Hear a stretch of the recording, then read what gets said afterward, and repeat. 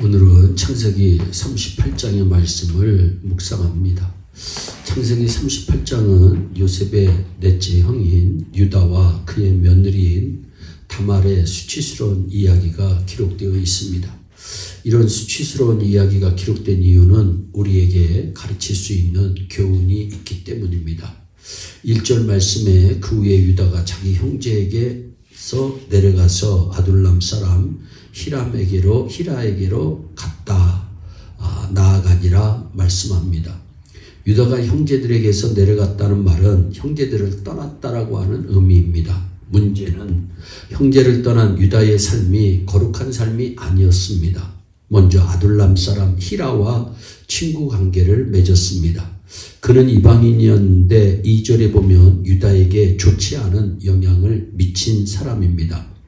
고린도전서 15장 33절에 속지 말라 악한 동무들은 선한 행실을 더럽힌다고 성경은 말씀합니다. 성도님들은 친구 한 사람 한 사람을 사귈 때에도 좋은 사람과 교제하는 복이 있으시기를 바랍니다. 또 다른 유다의 잘못이 2절에 기록되어 있는데 유다가 거기서 가나안 사람 수아라 하는 자의 딸을 보고 그를 취하여 동침했다. 유다가 이방 여인과 결혼을 한 것입니다. 이제는 하나님 보시기에 죄악이었습니다. 왜냐하면 하나님은 아브라함의 후손, 즉 하나님의 택한 백성들이 이방 여인, 가나안 여인과 결혼하는 것을 원치 않으셨습니다. 유다가 이방 여인과 결혼함으로 인해서 그의 가정에 참혹한 심판이 오게 됩니다. 유다에게는 세 아들이 있었는데 엘과 오난과 셀라입니다. 유다가 장자 엘을 위하여 아내를 취하니 그 이름은 다말이더라. 유다의 장자 엘이 여호와의 목전에 악함으로 여호와께서 그를 죽이셨다. 6절로 7절 말씀입니다. 장남이 죽자 유다는 둘째 아들 오난을 불러 말합니다. 내 형수에게로 들어가서 아우의 본분을 행하여 내 형을 위하여 씨가 있게 해라. 8절 말씀이죠. 그런데 오난은 아들을 낳지 않으려고 하는 행동으로 하나님은 오난도 죽이십니다.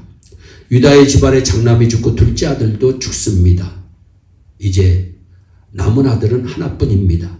일이 이렇게 되다 보니까 유다는 나이 어린 셋째 아들 셀라에게 또다시 다말을 아내로 줄 수밖에 없는 상황이 되었지만 한 꾀를 세웁니다. 그래서 유다는 다말에게 친정으로 돌아가 셀라가 장성할 때까지 기다리라고 말합니다. 유다의 가장 큰 비극은 며느리 다말을 창기로 알고 근친상간을 행한 사건입니다. 유다는 수아의 딸이었던 아내를 잃었습니다. 그러니 외롭기도 하고 마침 이방인 친구 히라도 있고 해서 함께 딥나로 올라갑니다. 때는 양털을 깎는 철이었다고 성경은 말씀합니다.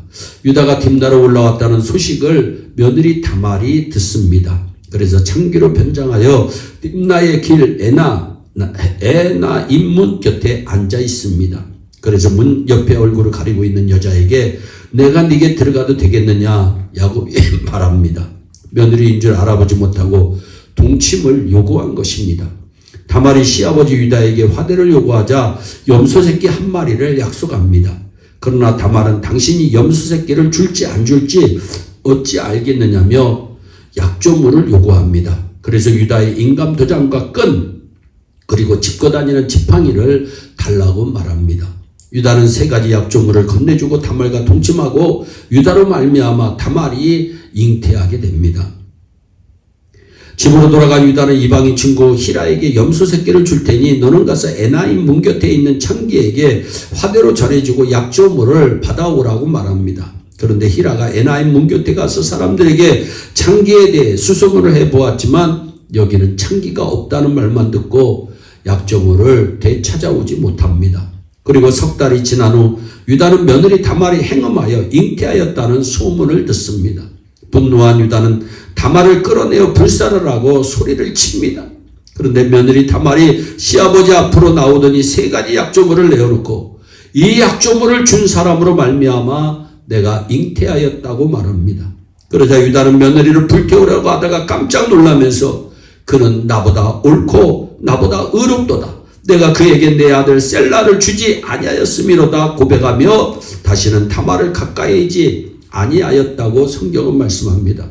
왜 창세기 38장에는 이토록 수치스럽고 낯뜨거운 사건, 차라리 기록되지 않았으면 좋았을 법한 사건이 기록되었을까요? 이 사건이 우리에게 주는 엄청난 교훈이 있습니다. 창세기 38장의 기록 목적은 하나님의 은혜가 얼마나 큰 것인가를 우리에게 보여주고 있습니다. 창기로 편장에서 시아버지와 동침할 것을 계획하고 그것을 실천한 다말은 훌륭한 여자라고 보십니까? 그렇지 않습니다. 그런데 이 다말이라고 하는 여인이 신약성서 첫 번째 책인 마태복음 1장의 첫째 줄에 당당히 예수 그리스도의 육신의 조상으로 그 이름이 올라가 있습니다.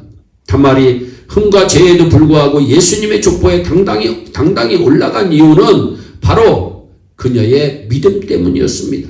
다말이 예수님의 족보에 들어가고 천국에 들어간 여인이 된 것은 하나님의 은혜 이외에는 다른 설명이 불가능합니다. 유다도 얼마나 큰 죄인입니까? 자기 동생을 은 20개에 팔아먹었습니다.